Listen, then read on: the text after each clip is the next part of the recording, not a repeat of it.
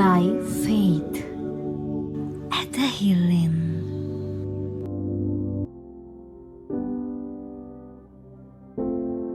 ජීවමාන ජේසුනි, මන් දිහා ඉතාමත් ආදරයෙන් බලාගෙන ඉන්න ඔය ඇස් දෙක මම කවදා අමතක කරන්නද මගේ ආදර ජේසු. මම ඔයාගෙන් ඈත් වෙලා මට මගේම කියන ලෝකයක් පසුපස්සේ හඹාගෙන යද්දී මගේ ගත විඩාබර වෙද්දී මගේ හදවත වෙහෙසෙද්දී තවමත් ඔබ මාව ශක්තිමත් කරන්නට, මාව ඔසවාගෙන යන්නට, මාව පණ ගන්වන්නට ස්වාමිනී ඔබ වහන්සේ මාත් එක්කම හිටියා. මට බැරි වුණායෙත් ඔබ වහන්සේගේ ආදරය හඳුනගන්නට.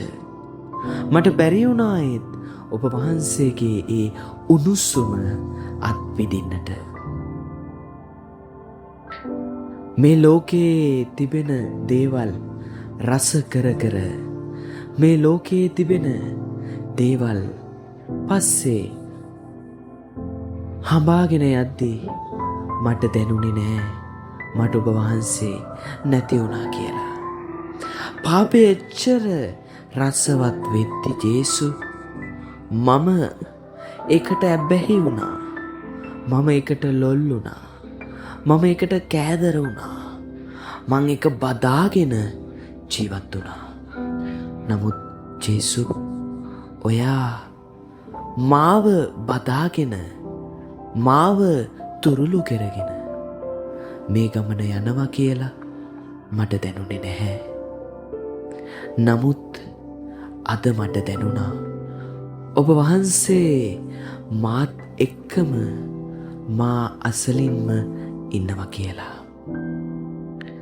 මගේ අසරණ වීම තුල, මගේ ඇද වැටීම තුල, මගේ කරදර වීම තුල, මගේ දුක, ඒ කඳුල, ඒ සෑම දෙයක් තුලම ඔබ වහන්සේ මාත් එක්කම ඉන්නවා කියලා මට අද දැනුණා. සමාවෙන්න ජේසු. මම ඔයාගෙන් ඈත් වෙලා මේ ගමන ගියා. නැහැ, ආයේ මම කවදාවත් ඔයාගෙන් ඈත් වෙලා මේ ගමන යන්නේ නැහැ. මං කොහොමද ඔයාව ඈත් කරලා මේ ගමන යන්නේ? මට බෑ ඔයාව තනි කරන්න. ඔයත් මාව තනි කරේ නැහැ. ජේසු, අපි ආයෙත් ලියමු මේ ආදර කතාව. මම ආයෙත් ආසයි ජේසුනි ඔබ වහන්සේත් එක්ක ගමනක් යන්නට. ඒ හින්දා ජේසු මාව ආයෙත් අඹන්න. ඔයා කැමති විදිහට මාව අඹන්න. ඔයා කැමති ආකාරයට මාව අඹලා මාව නව මිනිසෙක් කරන්න. මාව නව මැවිල්ලක් කරන්න. ඔබ වහන්සේට ප්‍රසන්න චරිතයක් කරන්න ජේසු.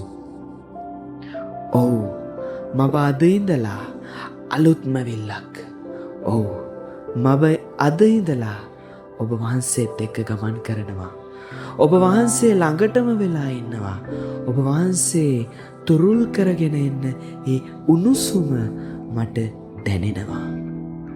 ඔව්, ආය කවදාවත් ඔයාගෙන් ඈත් වෙලා ඒ ආදරයට පිටුපාලා ලෝකයේ තිබෙන ඒ රසට වහල් වෙලා, ඒ කෑදරකමට වහල් වෙලා මම ආය යන්නේ නෑ ජේසු.